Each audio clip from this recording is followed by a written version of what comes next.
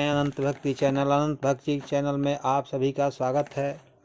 आज के पहले कार्तिक महात्म का मैंने 8वां अध्याय आपको सुनाया था।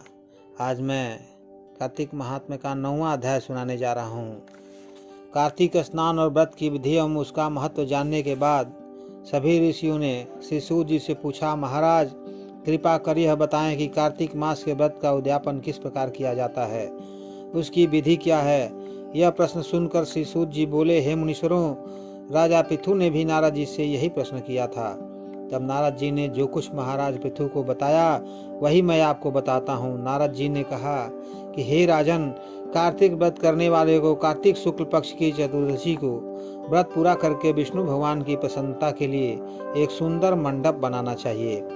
मंडप के चारों द्वारों पर जय, विजय, सुशील और पुष्पशील नामक भगवान विष्णु के द्वार रक्षकों की स्थापना करनी चाहिए। उसके बाद भगवती तुलसी को वेदी पर सर्वतोभद्र मंडल बनाएं और उस पर कलश स्थापित करें। कलश पर श्रीफल रखें। फिर शंख, चक्र, गदा और पद्म धारण करने वाले विष्णु भगवान की पूजा करें। तत्पश्चात सर्वतोभद्र मंडल में इंद्रादि देवताओं की पूजा करें। हे राजन, नारद जी ने आगे कहा, भगवान द्वादशी तिथि को शयन से उठे, त्रयोदशी को उन्होंने देवताओं को दर्शन दिए और चतुर्दशी को सभी देवी देवताओं ने उनका पूजन किया था। इसलिए कार्तिक मास के शुक्ल पक्ष की इन तिथियों को सभी प्रकार से भगवान विष्णु की पूजा की जाती है। पूजन के उपरांत रात्रि में भगवान के नाम का जागरण, कीर्तन एवं भजन तथा शास्त्रों का पठन पाठन करना चाहिए। हे राजन, दूसरे दिन प्रातः काल में अपनी श्रद्धानुसार ब्राह्मणों को भोजन करना चाहिए और दक्षिणा देनी चाहिए। जिस ब्राह्मण ने शास्त्र सुनाए हों उसे श्रद्धापूर्वक दान दक्षिणा देनी चाहिए।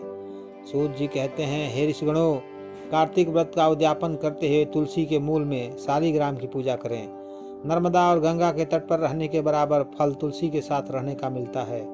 हे मुनियों, श्रद्धापूर्वक लगाई और ध्यानपूर्वक रक्षित तुलसी में सभी तीर्थों और देवताओं का वास होता है। कार्तिक मास में आंवले के वृक्ष का भी बड़ा महत्व है। आंवले की जड़ में भगवान विष्णु का पूजन करने से मनुष्य को सभी पापों से मुक्ति मिल जाती है।